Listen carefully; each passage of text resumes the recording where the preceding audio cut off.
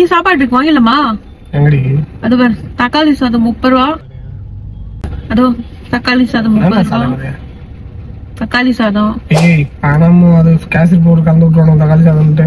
எப்படி இருந்துச்சு? உங்களுக்கு ஏன் தெரியும், கண்ட கண்ட மசாலா ஆட் பண்ணணுங்க, காரமா இருக்கும், நல்லாவே இருக்காது. சொல்லாம ஏன் பிடிக்கிற லெமன் எவனையும் பிடிச்சி போறேன், எல்லாம் பவுடர் தான் போகும். தயிர் சாதம் அது கஞ்சி தண்ணி தான் இருக்கும், தயிர் சாதம் மாதிரி இருக்காது.